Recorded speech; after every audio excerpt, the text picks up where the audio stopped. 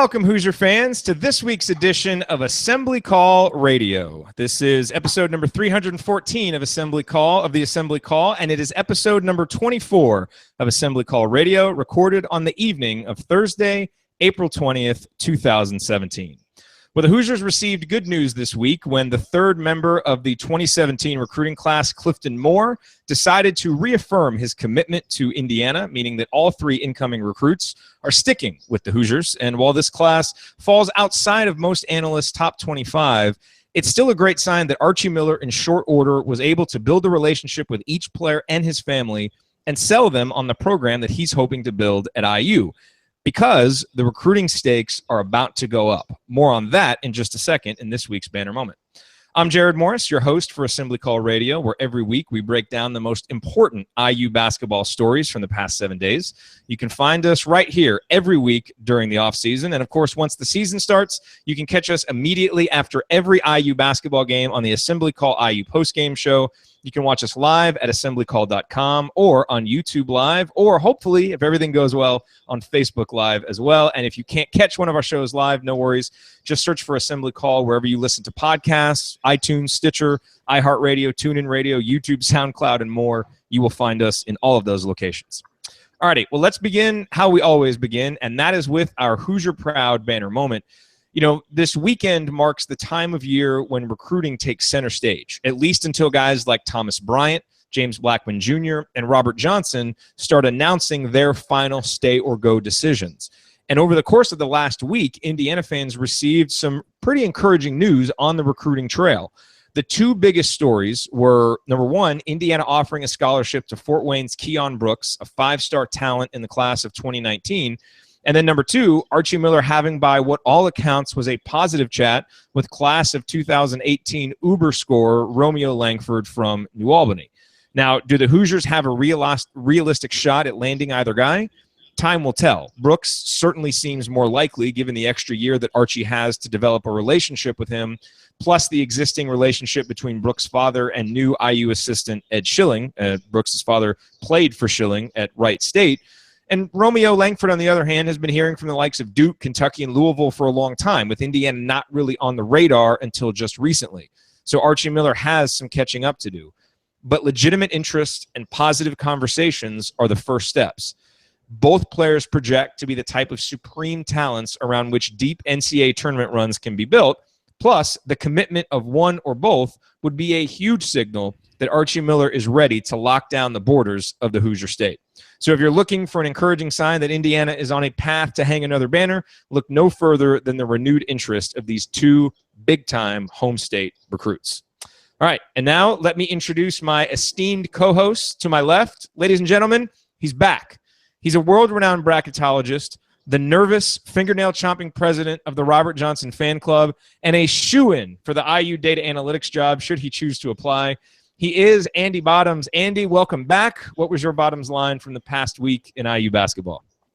Yeah, it actually doesn't feel like I've been gone that long, but a lot has happened for sure, and I think we would say universally positive things have gone on. I mean, since we last talked, the staff has really come and been put into place.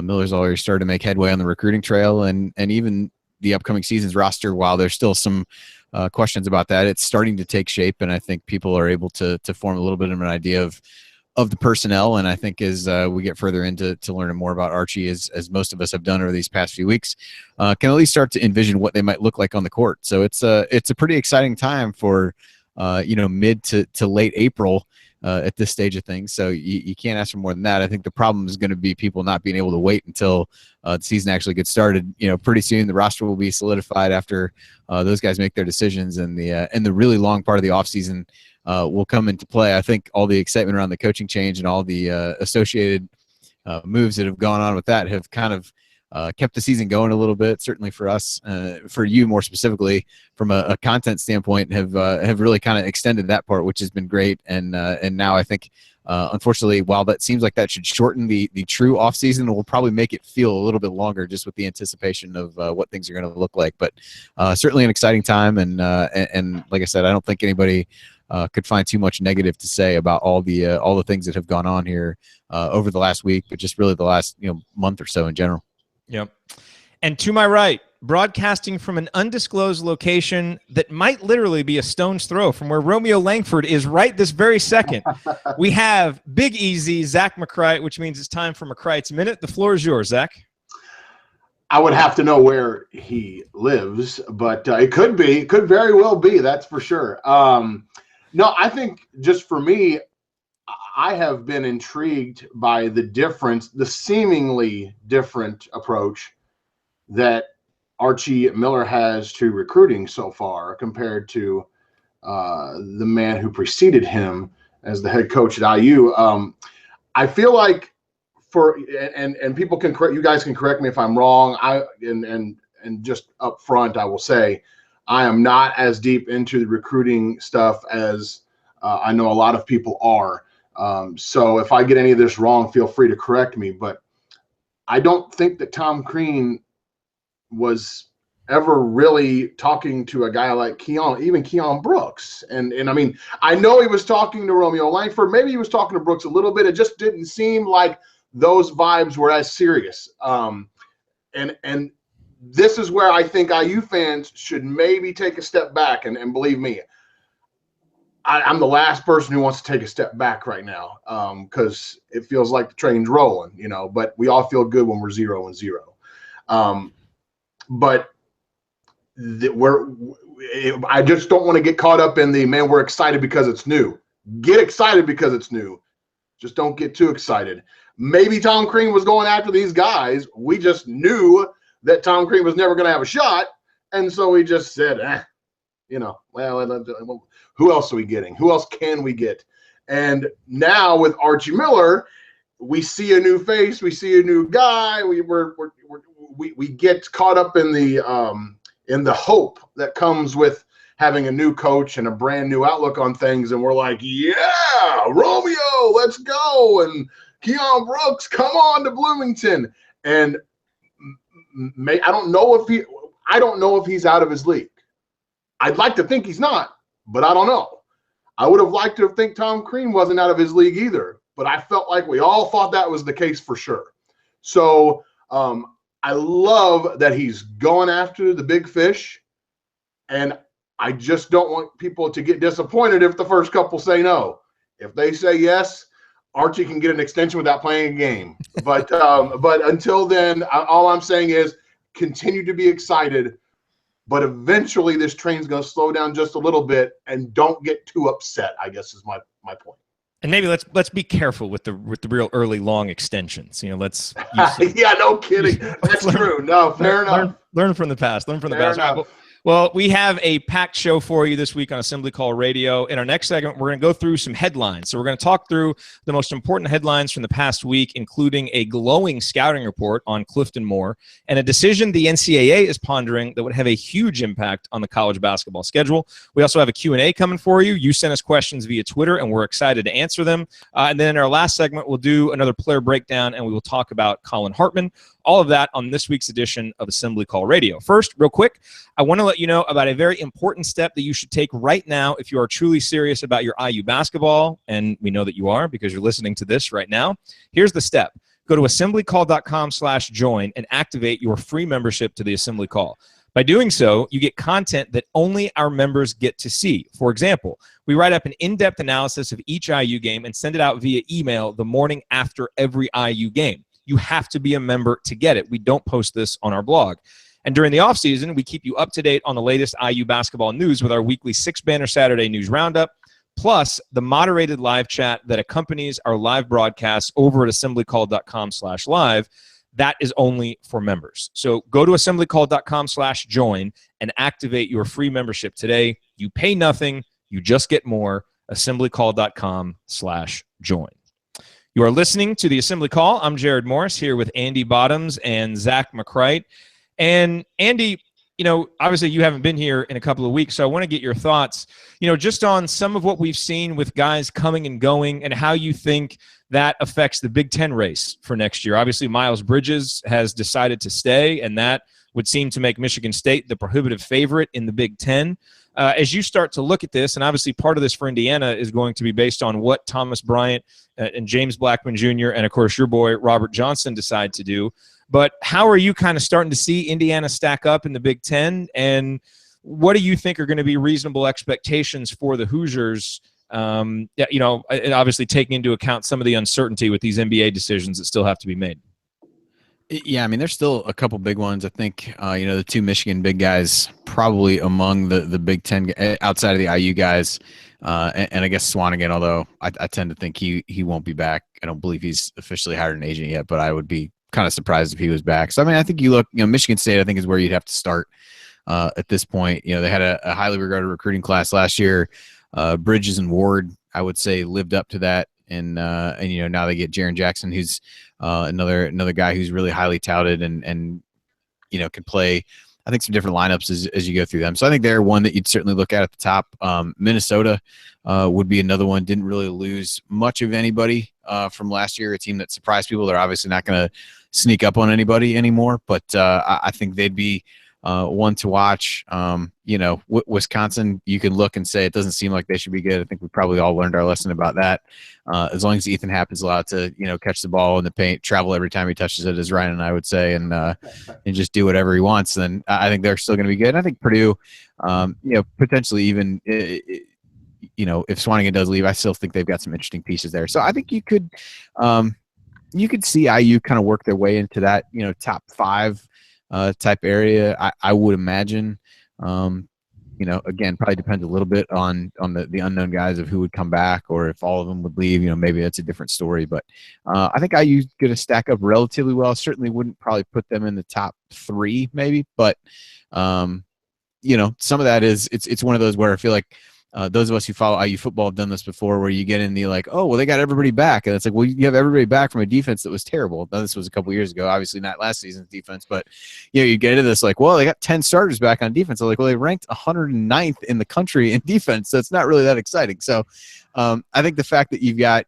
hopefully the attention to defense and turnovers and all those kinds of things that we, beat into the ground and then, beat them a little bit more last season. I think we can, at least project forward that those things are going to get better under Coach Miller and go from there. So I think IU's shaped up not too badly. I certainly wouldn't put them in that very, very top tier. But I think you could certainly tell yourself a story that would allow them to get there if everything breaks their way once the season gets started. By the way, Andy's rant against Ethan Happ traveling was sponsored by Ryan Phillips. You can support him at Rumors and Rants on Twitter.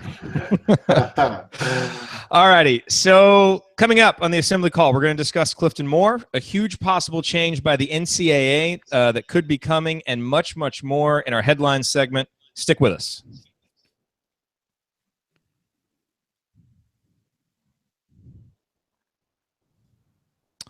All right, perfect. So first segment done. By the way, I just want to say hi to everybody who's watching us on Facebook Live. This is the first time that we have ever streamed the show on Facebook Live, so we hope it's actually streaming. It says live on Facebook, so hopefully it is.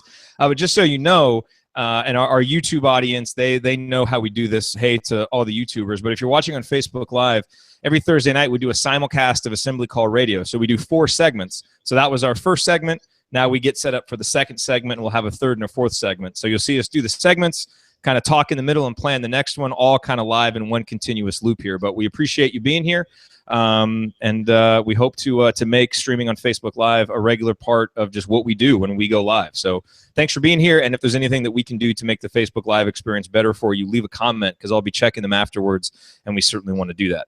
All right, let me listen real quick to that first recording and just make sure that it sounds good before we move on. All right, sounds good. Okay, everything sounds good on it. Okay. Meanwhile, I'll just watch LeBron continue to, like in Indiana Jones Temple of Doom style, like reach into the Pacers' chests and pull their heart right out. Is he really doing that? Jeez. Cleveland has taken well, the Pacers just scored. They had come all the way back from giving up 70-some points in the first half that they had just taken the lead, but the Pacers just scored again. But okay, so that was 13 minutes and 12 seconds for the first segment. So segment 2, so we've got the 3 headlines that we're going to go over. I'll start with Clifton Moore, and I'm going to read that write-up from Draft Express. Do either of you guys have thoughts on Clifton Moore, or do you want me to handle this one? I haven't really. I mean, I've watched a few things on YouTube, but probably not enough to have a definitive and well-informed opinion of what he might really be. So I'm happy to sit that part out. I just want to say, in this day and age, Andy, of everybody thinking that they have something worthwhile to say at all times, I appreciate a man with the humility to understand when he doesn't. Yeah. Hey. You'll get a lot from me, a lot of that from me on recruiting for sure. So, okay, so do you have anything on Clifton? The only kids that are not in college that I am able to give a good scouting report on are my own children. So if you need anything about that, my daughter's maybe strengths or weaknesses on the soccer field, I could drop a few things in, but otherwise, I'm not going to be much help. Okay, so I'll handle Clifton Moore. I mean, I could act like I'm Ryan and act like I discovered Clifton Moore. Yeah. I mean, if we need somebody to do that, I mean, I'm happy sure to do it. I will be able to react to anything. So okay, I will definitely banter for sure. Okay, so give me a quick reaction after that. So then, Andy, I'll read the headline for the NCAA uniform start date, and then you kind of take that from there. And then third headline is the policy banning athletes with a history of sexual or domestic violence, which I think is an awesome plan. Do you want to? I'll introduce it. Do you want to take the lead on that one, then, Zach? I definitely have something on that for sure. Okay. All right. So cool. So we'll do that, and we'll go in that order, and we'll knock it down. Hey, by the way, to the YouTube folks, I know we don't have Andy's video. We were having some technical difficulties, and he could only get video in one place, but it was attached to his audio. So his video is on Facebook Live. It's not on YouTube. We're going to hopefully get that fixed. Obviously, that's what people are tuning in for, is just to see me. So, yeah. Yeah. Yes. Okay.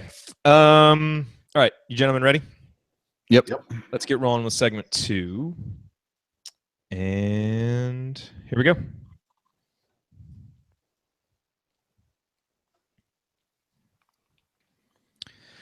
You're listening to the Assembly Call. I'm Jared Morris here talking IU hoops with Andy Bottoms and Zach McCrite. All right, well, it is time for a new segment, Headlines. And we are going to go through and discuss the 3 biggest headlines from the week in Indiana basketball. We already talked about a couple of them that I would have included in here, and that is the meetings that Archie Miller had with Keion Brooks and Romeo Langford.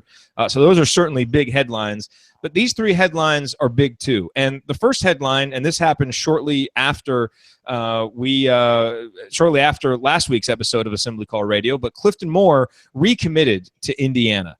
And this was obviously huge for a number of reasons, but it meant that the entire 2017 class was recommitting. And Clifton Moore, a guy who was basically off the recruiting radar, is now a top 100 player. I think it was a Scouts rating that had him at 100, Justin Smith at 92. So no big headliner coming in, but you've still got 2 top 100 players. That's good. You know, Archie Miller wasn't recruiting a whole lot of top 100 talent at Dayton, so he has to be pretty excited about that.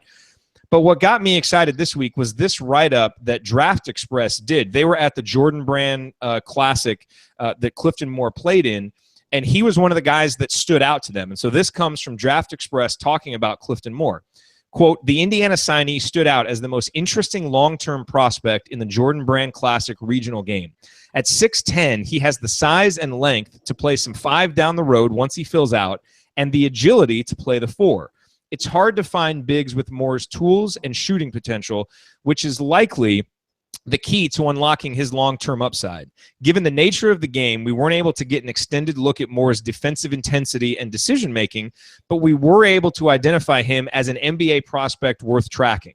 Moore elected to remain committed to Indiana despite the coaching change and is a major building block for Archie Miller and his staff moving forward. So obviously that is something very positive to hear. And what will be interesting is how Clifton Moore fits in with what Archie Miller wants to do, because it was pretty clear to see how Clifton would fit in Tom Crean's system, you know, where bigs are given a lot of leeway to step out. We saw Thomas Bryant do that. Obviously, we saw a guy like Christian Watford who was able to do that and play more on the perimeter. What kind of low post game is Clifton going to have? Is he going to be able to defend down low? Will he be rugged enough and strong enough? I think those are all the questions that he's going to have to answer over the next few years.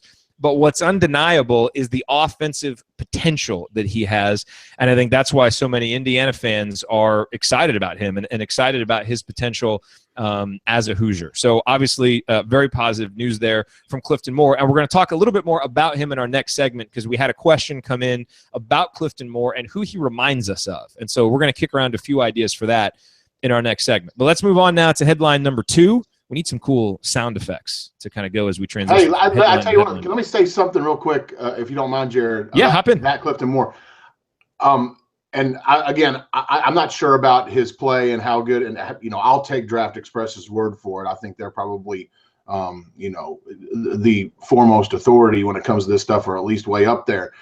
But I want to kind of look at it from the Thomas Bryant angle, assuming that they play pretty much the same position, always under the assumption, and let me know if you guys felt the same way, that Thomas Bryant, while he's going to test the waters in the NBA and do so without an agent, that eventually he was going to come back, until right around this game was played.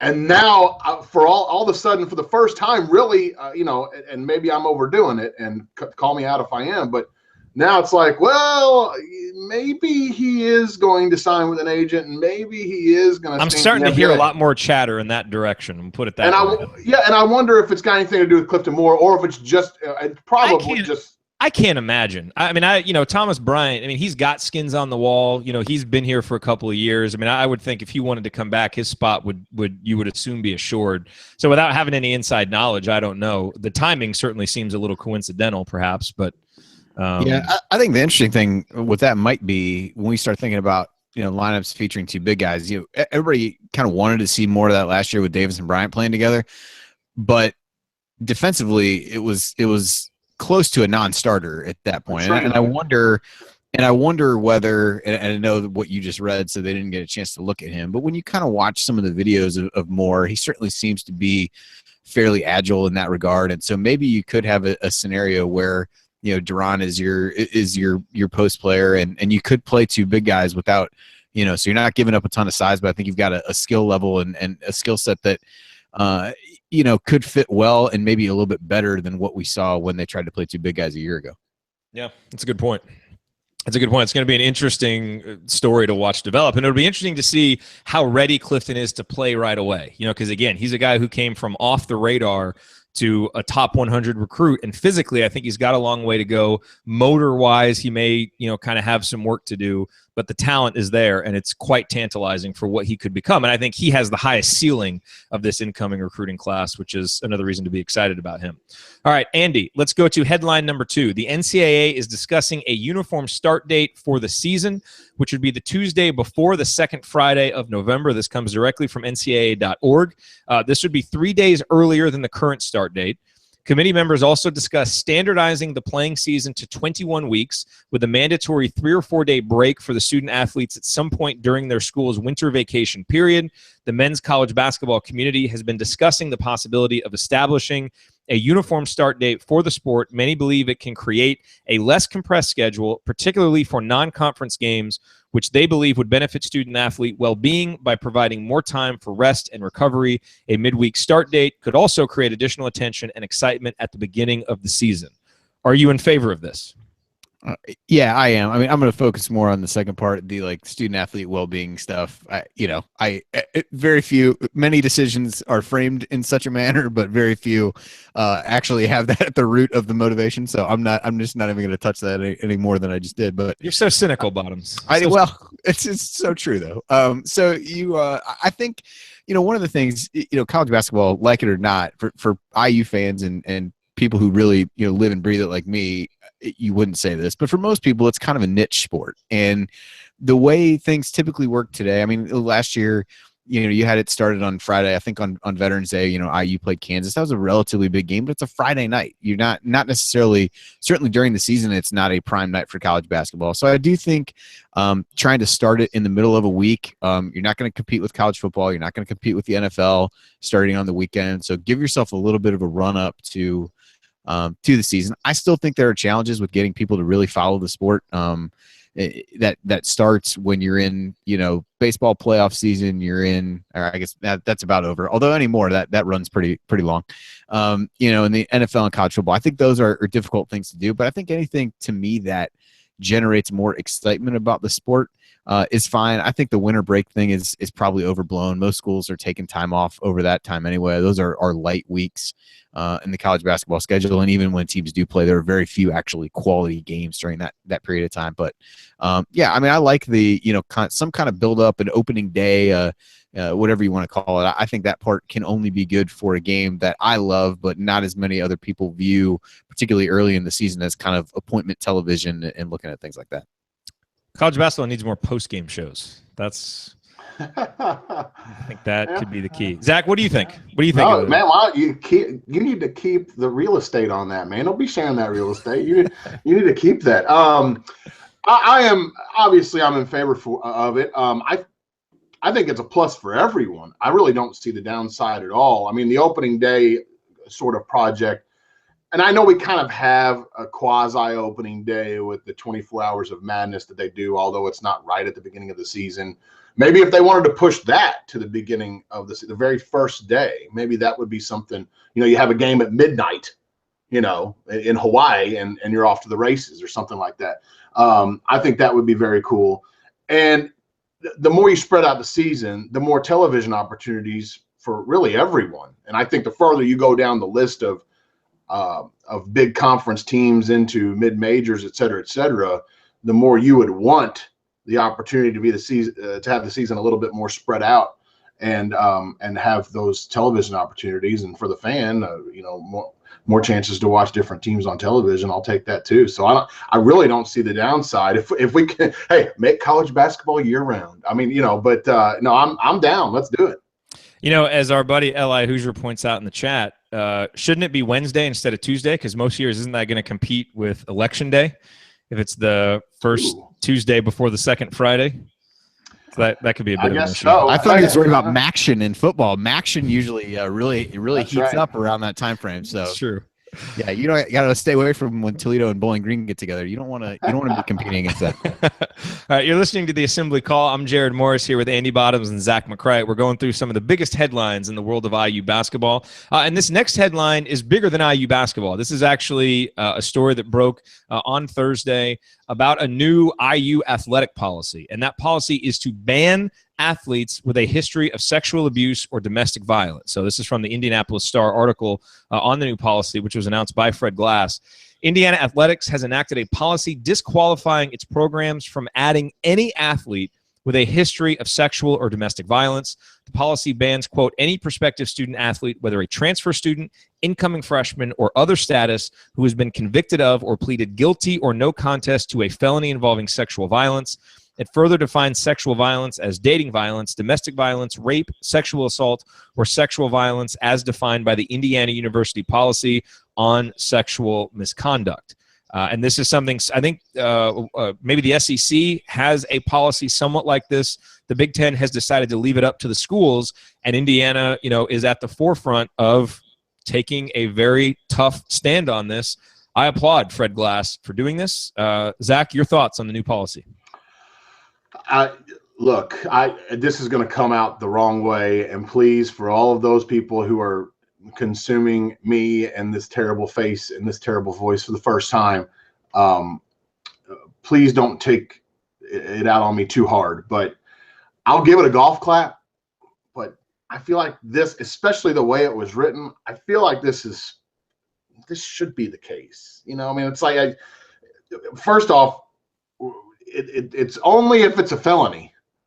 Well, yeah. I mean, if people are committing felonies when it comes to sexual violence, of course you don't want them on your campus.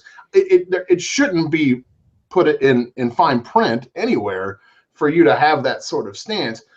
That being said, I don't want it to come off as I don't agree with it. Of course, I agree with it.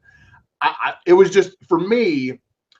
You just think it should be the norm more than like this every school should just do this automatically. If we're talking felony as the threshold, yeah, okay. Now, if you really would have opened my eyes, if you would have gone, if it's less than a felony, if you are even, we will take it on a case by case basis. But even if you're not convicted, we will take a look at this and we will decide by ourselves whether you deserve to be on this campus. Now I'm really getting involved, and I'm really seeing, okay, now they're really serious about this. But if you're talking about a sexual violence felony, that you shouldn't need that in writing. Every school around the country should have that kid off the campus. That's just me. I love it.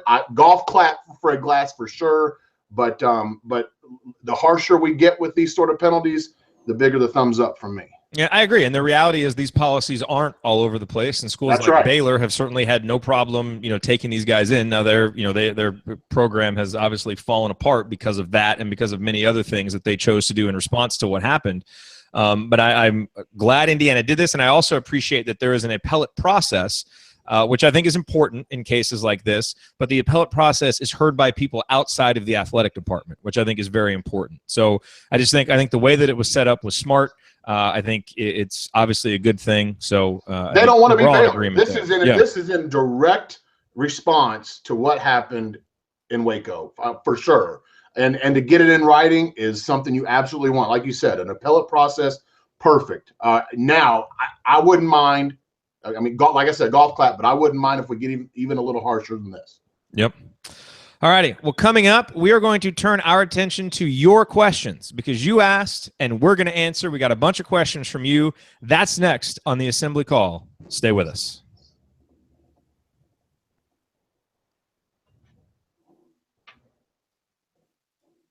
All right. That was 14-19. Andy, sorry I didn't come back to you on that one.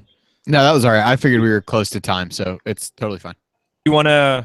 I didn't really have anything that you guys didn't say. I mean, I think it's a necessary step, and yeah, kind of something that I feel like you probably shouldn't have to put in writing or say. But yeah, I didn't really have anything different. I thought you guys handled it well. So okay, all right. So on to segment number 3. We've got Twitter questions.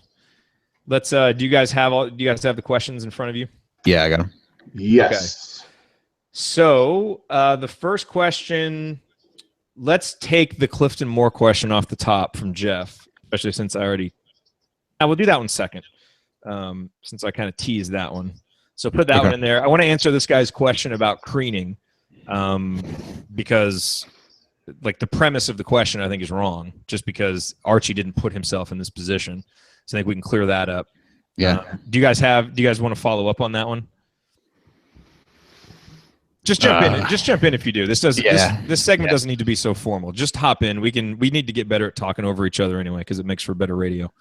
So then we'll go to Clifton Moore. We can all kind of talk about guys he reminds us of, and then we already answered the one question about reasonable expectations for Archie's first year. Andy, you talked about that, so maybe Zach and I can hit that one up.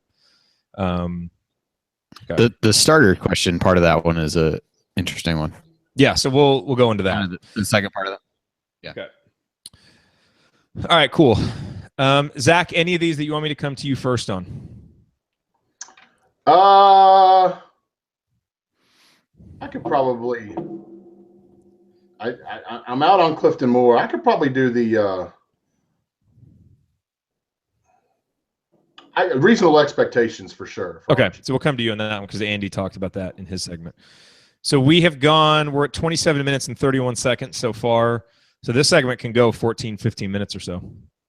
Cool. Which is good. I assume that recruiting question is talking about 2018. Yes. Okay. I just wanted to tell you so that if you just go down and read it, that yeah, it will be.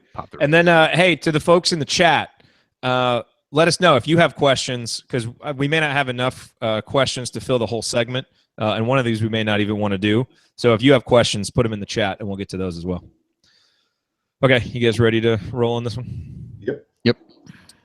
Let's do it. All right.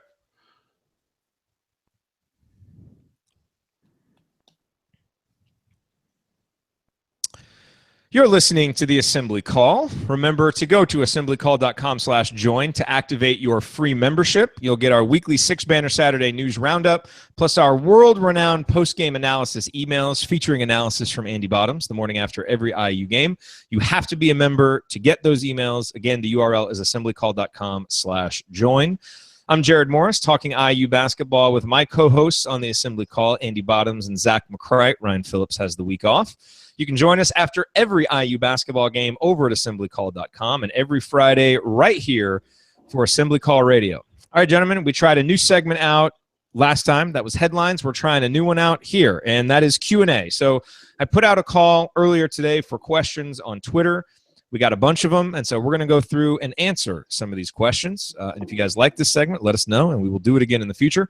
So the first question comes to us from Greg, and his question is, will Archie get a pass from the same fan base that ranted about the so-called creening that looks likely at this point? And, of course, what Greg is referencing is the fact that if all of the guys who currently are exploring the NBA come back, Indiana is going to be oversigned. And so if that happens, someone's going to have to go. And that, of course, is a process that drew the term creening because of that seeming to happen often in Tom Crean's tenure. And I think, Greg, I certainly think Archie will get a pass simply because he didn't put himself in this position. Archie is basically dealing with what Tom Crean's recruiting strategy was for this season, understanding that between OG Anunoby, Thomas Bryant, and James Blackman Jr., he was looking at 3 guys heading into the season who were likely to either go to the NBA or certainly test the waters, and he wanted to be protected. And so, signed, obviously, 3 guys and knew that if everybody decided to come back, there was going to be this issue. So, this is not something Archie ever really dealt with at Dayton. He would sometimes leave a scholarship open, not oversigned. And so I think everybody will clearly give him a pass as he sorts it out this year. But I think if it becomes an issue where every year this is happening, then someone will probably coin the term Archie Millering or something like that. But given the fact that he did not create this situation, I think everybody's just going to kind of watch and see what he decides to do and hope that he makes the best decision for the program. And I think that's all that will happen with that. Do you guys disagree with that? Do you think there could be any backlash on Archie for what happens with this? I go ahead, Andy. Yeah, I can't really see that at this point. I think, if anything, people have been very complimentary of his willingness to really reach out and treat both the players and the recruits as, kind of like he said in the press conference, these, I didn't recruit you, but you're my guys now. And he really treated the incoming recruits that way. And I think, from a loyalty perspective, and you see situations where, particularly on the recruiting side, kids can kind of get left out in the cold when some of this stuff happens. I think he obviously saw, skills in those players that he liked, but I also think, probably scored himself some points as well by the way he handled those situations and tried to honor IU's initial commitment to those kids in exchange for them honoring their commitment to IU. So I think that's a positive. And yeah, I think I would like to think people understand it's not it's a situation of his own creation. And certainly his track record would suggest that's not something that he typically does and I would assume would not continue to do, moving forward at IU. Mm-hmm. Yeah, I just to add on, I think that, this year it shouldn't even count, like both of you had said. So if we're going to take out this year and just talk about the years after that, the creening made me very, very mad. That's the kind of stuff that always upset me. Especially when these kids are locked in. I hate the NCAA rules. You're locked in, but these coaches can go anywhere. It makes me crazy, but that's for another day. If Archie did that, I would be mad. It doesn't sound like he ever does. Like you said, scholarships open. I'm not counting this year. I don't think anybody should. After that, I don't think he'll ever have the issue because he keeps scholarships open. I think the whole point's moot. I'd argue if he wanted to do it, somebody would be gone already. So I think that speaks volumes as well. Good point. Yep. All right, moving on to our next question. This is from Jeff, who wants to know regarding Clifton Moore, is there an IU or other player that his game resembles? So I tend to hyper-focus on Indiana, so I can give kind of some comparisons there. The 2 guys that come to mind immediately for me, and neither one is Greg Graham. Greg Graham. No, it's I really wanted you to bring it up when you guys were talking about some of the recruits either last week or the week prior. No. I was listening to it in my car, and I was like, man, I hope he says Greg Graham. You really let me down. So here's your chance. Here's your chance at redemption. Redeem. No, it's not Greg Graham, but Robert Johnson, you need to come back so we have another year of Greg Graham comparisons. Redeem yourself and have that Greg Graham senior year when he was one of the best guards in America. Okay, but getting back to Clifton Moore. So the 2 guys I would say, again, neither one is a perfect comparison, but Christian Watford and Jeff Newton. Newton, for the fact, that he's a little bit of a slender guy, does have a game, kind of going to the rim. I mean, can play facing the basket. Jeff Newton was excellent at driving to the basket and finishing, and also had a nice mid-range game. I don't know if Clifton Moore is the shot blocker that Jeff Newton was defensively, because he was an elite shot blocker. So that we'll have to see. But offensively, there's some similarities there. And then I think Watford for, his ability to step out. And I think he's got a pretty release on his jump shot.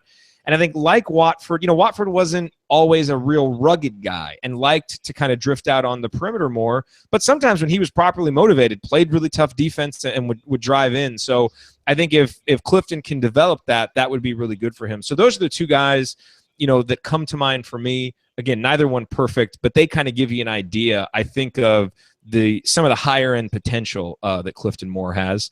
Zach, anybody come to mind for you with Clifton? Not really. I think Watford's probably closer. I think the one thing that gets me kind of worried is I'm not sure. I've seen very little of Clifton Moore, but does he have the post presence? You kind of talked about that. How he's more of a face the basket guy. Yeah. And is that something we like? I don't know. Maybe that's something IU fans like. That maybe they don't. It's something Tom Crean liked. It'd be interesting to see how much Archie Miller likes it. No, how much back to the basket do you like out of your post players? I think it seems like he's a guy that might be a little less go straight to the rim and a little bit more of a finesse sort of guy. So I think you can probably choose from a lot of people. I like the Newton thing in terms of body stature, I think you're on the right track. And he's already bulked up a little bit. I mean, he's probably bigger now than Jeff Newton was when he entered IU as a freshman. And, I mean, look, he's a 6'10 guy who can shoot out to the three-point line. I mean, he's kind of tailor-made for the modern version of basketball. So just because, Archie Miller was used to playing with smaller guys at Dayton, I think he'll know what to do with Clifton Moore, and I think be very excited about trying to fit him into his system because he's a unique guy with unique skills, and it's going to be fun watching him develop at IU. So let's take this question. This comes in from Brian in our chat. And he says, what will be your first indication that the program has improved with Archie Miller? Has it happened already, or will it be in season, or both? Andy, what do you think about that? What will be the first sign that the program has improved? And have we already seen it? Really, to me, it's how long it takes you to tweet out if you're just going to let him drive by you. I think if we can get through a decent amount of game time without that. I think you and I both had situations in the past where Twitter would do the thing where it tells you that you've already tweeted this. I'm like, I know I have. I always knew the game was going poorly when that happened. Yeah, I get it. I understand. I know Bo Borowski made another terrible call. Yes, I understand. It happens repeatedly. I think quite honestly, I don't think it'll take long. I think, the thing that I'll be looking for, both because it was an issue last year, but also because it's something that, Miller has really been known for. It's just defensively. Like, what kind of defense his team plays? Are they, fundamentally sound on that end of the floor? Do they clearly have a plan? Do you see guys in stances and things like that? I mean, to me, that'll be a pretty good early indication of, one, he's installed what he wants to do, and two, the guys are buying into it. So that's kind of maybe the tell for me.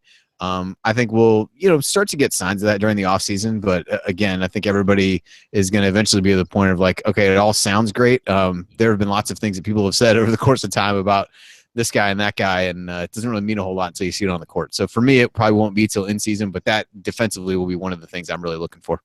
I agree with that, especially defensively. But I will say, already the inroads that Archie has made with the top in-state recruits. I mean, getting on the radar screen for Romeo and Keion Brooks, two really high-level recruits, that's huge. And that, to me, already shows some important progress off the court. And again, we won't be able to see the progress on the court until November comes around. Zach, what do you think? Yeah, I'm kind of with Andy. I mean, I know the recruiting stuff is to be in the same ballpark with those names is obviously good, but I mean, we're not going to know,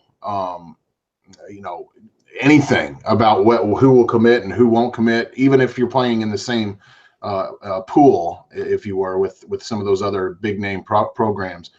So I'm definitely on the defense track, and to be honest with you, the fact that they hired a guy who seems to be pretty high on defense might have been enough for me. I mean, that's how low I think the defense was at Indiana. So maybe we have already hit the point. Are you trying to say it wasn't a priority? Are you?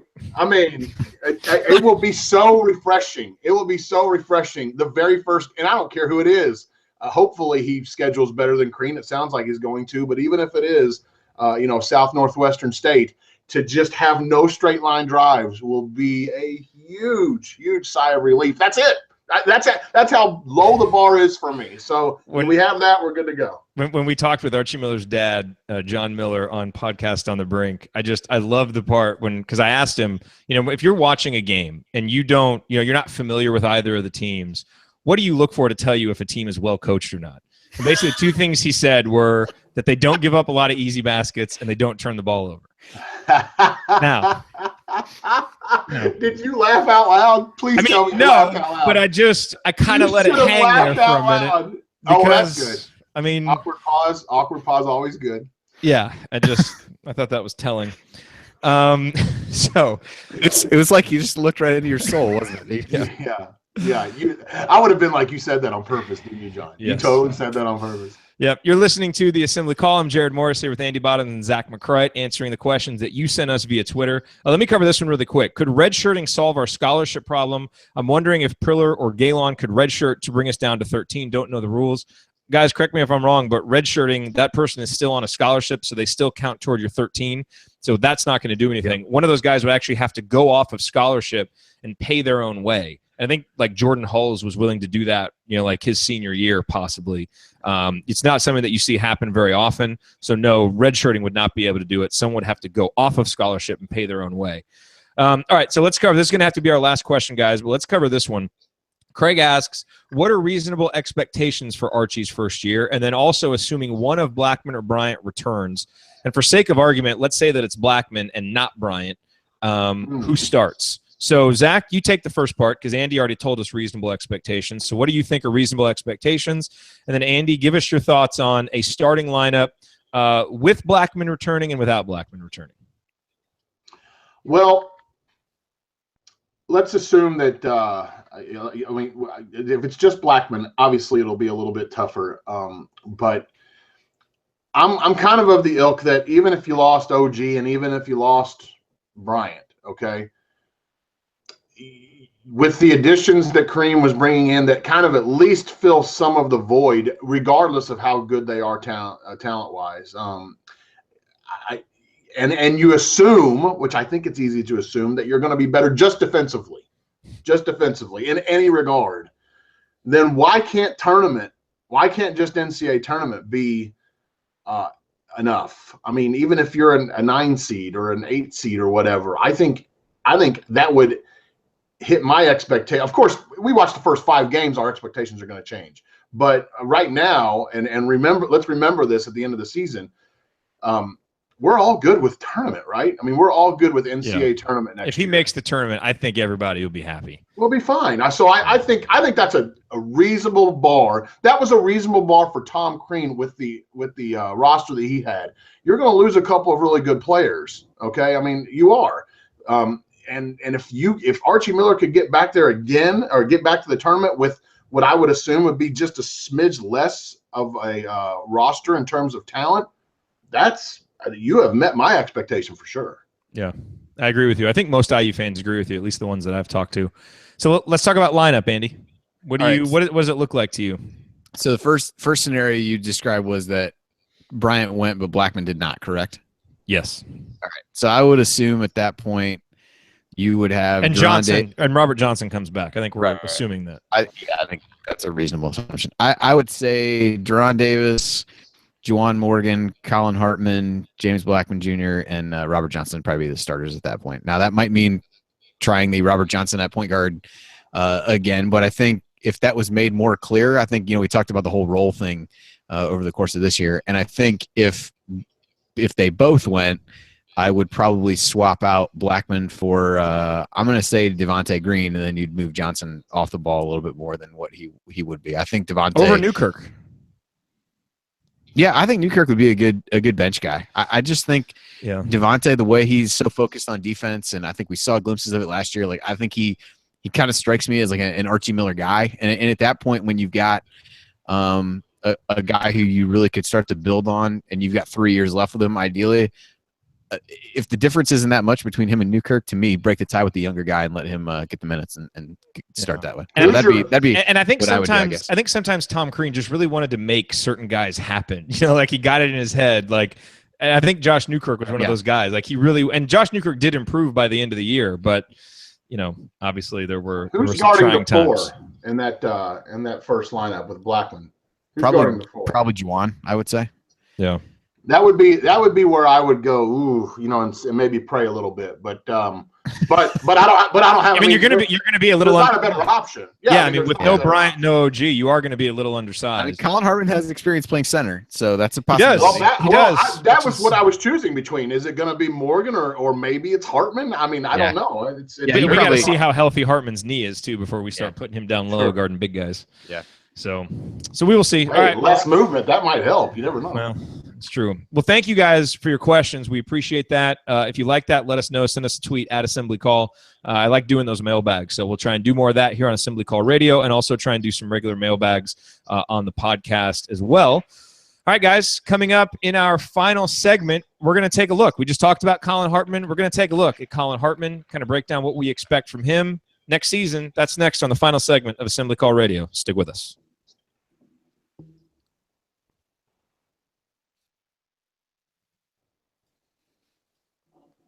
All right.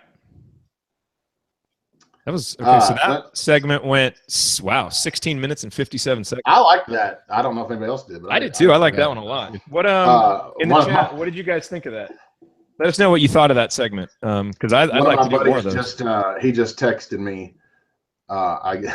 He's definitely watching. He said, "First defensive shot clock violation is worth a $100,000 bonus." Oh man, be awesome. Okay, so we have 5 minutes and 32 seconds. So I need to start this at 4:56, the inning. So we got 4 minutes and 56 seconds to talk Hartman. So we need to be judicious with what we say here. I can be very short. I think it's important with Hartman to remember he's coming off an injury, and we don't know exactly what we're going to get from him, is I think an important point to make. Like, I don't know that we can just pencil in, junior year Colin Hartman, when everything was humming and, Yogi's driving in and feeding him, wide open 3-pointers. Like, will we get that guy back? I don't know. What will his movement be like? Will he be able to go bang down low? Will his shot be, so we'll have to, those are all things that we just don't know. The $1 million question. Yeah. But I think the experience factor is huge. Like that's the big thing he's going to bring. Yeah, and I think it's another case of similar to the whole, and where you might not have a. Well, I mean, I guess you do. I keep on feeling like if Bryant leaves and you got OG leaving, that you're going to lack experience. But I guess there's really going to be some experience. Yeah, I mean, Juwan's played. Yeah. Freshman got some good. I stopped remembering that. I feel like it's going to be a real young team, but really, your starting five will have gotten, that we talked about last segment, would have gotten major minutes, every one of them last year. Yeah. Yeah. I mean, I think to me, when you look at Hartman's minutes, even in 2016, I mean, he was right around a 20-minute a game guy. So, I mean, I think being at a similar level would mitigate that a little bit, give him a chance to, feed in some of the new guys and do that. So I think there's probably ways to hopefully mitigate injury issues and things like that. Yep. And then the other interesting thing is his sophomore year, he was 47.5% from downtown, had an offensive rating of 127.9, and that's the year that he played a decent amount he played some center. And as a junior, he was still obviously really good, but only shot 35.8. And part of that was he shot really badly at the end of the year once his wrist was hurt. Yeah. So conference play, he was at 40% though. So that was that was pretty good. And you're going to need some of that shooting. He must have been bad early then. He was outside of conference games. He was 9 of 32, if I'm doing the math right. So yeah, I guess that counts the tournament. He was 1 for 4 against Carolina. 0 for 1 against Chattanooga, 0 for 2 against Michigan, 1 for 3 against Maryland, 1 for 5 against Illinois. So he didn't shoot very well at the end that year, and that was after he had hurt that wrist. So, all right. Yeah, we can be quick about that. Okay. We can do it. So we've got 4:56. So I'll put notes in the chat as we get close to the end on this segment. Okay, all right, that works. All right, you gentlemen ready? Yep. Okay.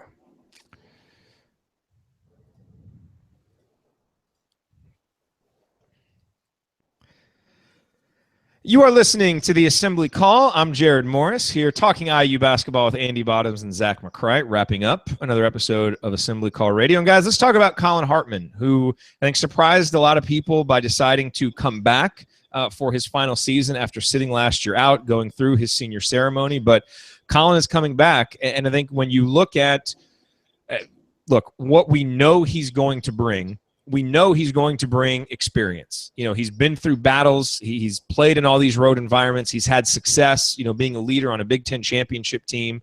He's been put in tough positions, you know, having to play center as a sophomore. I mean, he's done a lot. And I think that maturity, that experience is going to help with Archie Miller's transition. We know we're going to get that from him.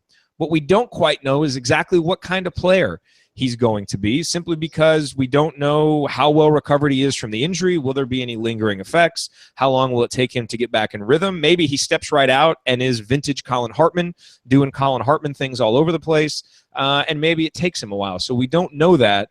But either way, him deciding to come back is huge, and I think provides a nice steadying influence for a team that has some experience, but is still a young team and a new system with a new coach, so there's some moving pieces. So I think either way, you know, him being back is a net positive, and he's a guy who could find himself in the starting lineup, Andy, as you kind of alluded to in the last segment. Yeah, I think so. And when you look back a couple years ago, I mean, he wasn't playing, you know, major minutes anyway. So if he gets in that same 20-ish minutes a game, I think that's a positive for IU. I think when you think about him defensively, as we talked about before, he was a guy a couple years ago that we always would seem to call out, mostly because he stuck out on a team of guys that tended to have no idea where anybody should be on defense. But he, you know, is a guy that I think will be able to flourish in Miller's system defensively, because he understands the communication and positioning and all those kinds of things. And in a pack line defense, you're really trying to force people to where the help is. And so that maybe can help him a little bit if there are areas where he, you know, can't move quite as well as he could before. And ideally the wrist injury is all healed up and he can step out and space the floor a little bit to make threes, because I think there's, you know, going to be drives and wanting to play through the paint. And so, you know, he's a guy who could be the recipient of some of those shots on the outside, as we saw during his sophomore year and in portions of his junior season. So I think a net positive, a guy who you could tell from the video they did on senior night last year, the guys really respected and enjoyed playing with. And I think a kind of guy who doesn't need the ball, doesn't need to get a ton of shots. And that's something that tried to sort out last year of, you know, who's going to get shots. He's not somebody who's going to demand the ball in situations, but can certainly come up with timely baskets and timely plays. Well, and timely is a key point, because look, he's never a guy who's going to just stuff the stat sheet like crazy and get tons of rebounds and tons of assists. But the ones that he gets, he does seem to have a knack for getting them at the right time in a big moment. And especially for an experienced guy, that's what you need from him. Zach, how do you view the impact of Colin Hartman on next year's team? Well, obviously, I mean, assuming that, you know, we have to do a lot of assuming with him, obviously coming off a knee injury, but assuming that he is halfway healthy, you definitely spread the floor with him, and that will create a lot of opportunities offensively. I'll just throw out something a little bit extra on defense, and just taking a look at KenPom before we got started tonight. You know, when he in 2015, he ranked 13th in the conference in block percentage. I know. That's kind of insane for his size, which again just goes back to defense, and we're just like, okay, please just be any modicum of good on defense. But I think that might get lost in the shuffle a little bit, you know, especially for a team that's going to seemingly have to play small, especially if Thomas Bryant doesn't return. You know, to just have a little bit more in your defensive holster, something that we don't talk about a whole lot with Colin Hartman, I know, because his shot kind of takes the reins there. If you can get something like that from him, again, knee, God willing, I think you're going to get a lot of thumbs up from everyone. I love that he stayed, and I think that's a good it's a good cornerstone to kind of have, a good foundation to have for Archie Miller. And like you guys said, the players love it, they're so happy that he's back, or at least it seems that way. They're going to respond to him for sure. I think that's kind of cool. Yep, and it's quite possible that we may have the first ever senior night wedding this year, because what else? He's going to have to do something to top the proposal. So we'll have to see what he decides to do there. All right, ladies and gentlemen, that will do it for us on this week's episode of the Assembly Call. If you want to see us do the show live and be part of the live chat, join us at assemblycall.com on Thursday nights for the live simulcast of our Assembly Call radio recording, or you can always subscribe to our podcast by searching for Assembly Call wherever you listen to podcasts. And don't forget to go to assemblycall.com/join to activate your free Assembly Call membership.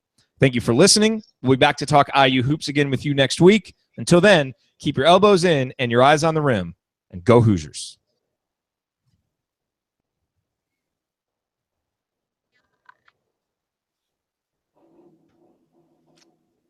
All right. All right. Well done. Okay, so we got through that, and hopefully everything's still going on Facebook, and it looked like everything happened. Everything went good on YouTube. Did you make it, Andy? Did the echo kill you? Yeah, it was all right. We'll have to try and do another test and get the audio settings figured out. Yeah, I can try to mess around with the camera on I just don't know why it won't let both applications use it. So I'm not sure what the I don't know either. I'll try and do some research on that too for a non-Mac and see if there's Windows anything thing. there. Yeah, it could be. Could be. Well, hey, thank you to everybody who watched live. We always appreciate you being here on YouTube and on Facebook as well. First time doing this, so again, leave us any comments if there's any way we can make it better on Facebook, and let us know about the 2 new segments, headlines and the Q&A. Because if you like them, we want to do more of them, obviously, and if you don't, then we want to do something else. So let us know what you think. But we appreciate you being here. Fun stuff. Zach, how are you feeling? Haven't done a couple of shows now. I love it. I love it. It's fun. I'm getting the hang. I'm still a little rusty. I'll get better, but no, I have a ball, man. This is I came in. You asked me at the right time, especially with a new coach and everything. There's definitely a different buzz compared to different years or other years. You know what I mean? So. It's funny. Heather was asking me earlier today, like, what would it be like if the coaching change hadn't been made? Because she was asking me, is there still a lot to talk about on the show tonight? I was like, yeah, there's a ton to talk about. Like, there's more topics to talk about than we can fit into the show. And she was asking me if it would be like that if Crean was still here. And I was like, I don't know that we'd be doing the show every week if Crean was still here, because I don't know that there'd be enough. I'm with you. Would there be enough? Well, I feel like what we'd be, no matter what topics you would come up with, we go back to Tom Crean being the coach, and Fred Glass. Where now let's go after everybody bring your pitchforks towards him. So I don't know. I don't know what there would have been to really talk about. So I mean, no, I enjoy it. And there'll be more next week. It's him, Archie going after the big time recruits. Man, that's big too. That's big too. It'll be interesting to see what Thomas and James do. I haven't heard much on James, but what I have heard about Thomas suggests that he may be getting ready to sign with an agent, but I don't have enough to go live with that. But I wonder.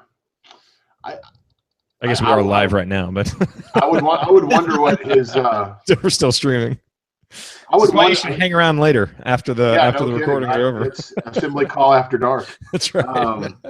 I wonder what the motivation would be. For him to leave. I assume it's. Maybe with guys like Bridges and Grayson Allen coming back. I mean, those are guys that probably would have been drafted ahead of him. So, maybe that moves him up a couple spots. I still feel like everything I've heard about. I mean, obviously this past year's freshman class was really good. Like, the draft next year isn't going to be as deep as this one. Now, with him, it's another year for everybody to kind of pick you apart and all those kinds of things. But yeah, I guess I don't really. But you could also make the argument you could also make the argument like people know what his flaws are, and it's mostly from a kind of lateral quickness and those kinds of things. And like, how much better is he going to get at those things? So I could see it either way, but I tend to wait around in a draft that won't be quite as deep. But And maybe there's some uncertainty with what his role will be, and if he'll kind of have some of the leeway that he had offensively with Crean. That's what I kind of feel like. Is Thomas just, does he know that he's not going to fit? Like, just with the new coaching staff, maybe he's like, well, I tried it with these guys, and I don't feel it. I'm just going to leave. I mean, maybe that's. And it's hard for guys, I think, who, especially when they have it fixed in their mind, like, I'm a 2-year guy or I'm going to go after this year. It's hard to then do it again, or to come back. And plus, I mean, these guys saw, Troy and Yogi not get drafted. And, Troy's in the playoffs. Yogi was, rookie of the month, got a 2-year deal. And they saw everybody telling Troy that he wasn't ready to go. And he went anyway. And look what he did. So I think that has to. Wrong mentality. Yeah. So that, and I'm sure those guys look at that and they're confident athletes. So they probably say we could do something similar too. So there's great arguments both ways. I mean, I look forward to cheering for them either way. I think it'll be interesting to see what they decide. What is Bridges doing? I mean, I don't know, man. I mean, I'm happy to see him play in college for another year, but that's one of those things, like when you watch him play, though, you're gonna hold your breath every time he goes up that he comes down and lands okay, just because it feels like there's so much at stake every time he jumps because of what he passed I mean, hey, if you got a lottery ticket, cash it. I mean, but I don't know. That's my thing, is this, I just don't know if Thomas has got one. Yeah. But whatever. Yeah. No. I hate talking bad. We're not talking bad about it, but I hate even criticizing at all a guy's decision to stay because I love seeing it for college basketball. But if I was his advisor or his friend, I'd be like, what are you doing? Go. Yeah, I mean, you could look at a guy like Ivan Rabb last year at Cal. He would have probably been a lottery pick, and now he's probably not going to get picked in the first round after he came back. I don't see Bridges falling that way, barring some kind of horrific injury. But I don't know. Yeah, something to be said for you got to go when you got your lottery ticket, you got to cash it. But I don't know. It'll be interesting to see, because then I think there'll be some interesting lineup things with them. At least you guys listening to Sam Vecini's recent podcast he did with that Jaren Jackson coming in, because he's a kind of potential stretch forward type guy. So it's can they play him, Ward, and Bridges at the same time very often? Okay, you want to guess how many views we had on Facebook Live? Hi, everybody on Facebook Live, by the way. What do you usually get on? What are you getting right now in the off season on YouTube? So we've been getting. It's hard to know what the total is, but concurrently, for the last few shows, there's always been at least 50 to 70 people on live. Now, those can sometimes be people jumping on and jumping off, right. And the shows overall, with the archive version, have been in the thousands. But that's about what it's been live on YouTube. I will say, I'll say 500. 459. Pretty good. Really? Facebook it's going to be interesting if we can do this on Facebook Live consistently. It's a really good way to reach people. It's probably the best. Yeah. Probably it is. The best. All right, gentlemen, this was fun. Andy, it was awesome having you back, man. Hey, no problem. Glad to be back. Yeah. Good to talk to you, Andy. So let's work. Hey, I'll be here. I think the show, not the next one, but the one after that, I think I'm not going to be here for. Yep. So are you good? You'll be good to host that, Andy? I guess we'll have to get everything straight with Zoom and everything. But yeah, I should be okay. We'll just want to try something to make sure. That's the 4th of May. And by the way, this works is Zoom just replaces Skype. So everything else is the same. Zoom is just taking the place of for doing the radio recording. Okay. It just replaces Skype. So, okay. All right. Well, we can walk through that. We'll do it. All right. All right, guys. See you guys. See you, everybody. We'll be back next week. Later.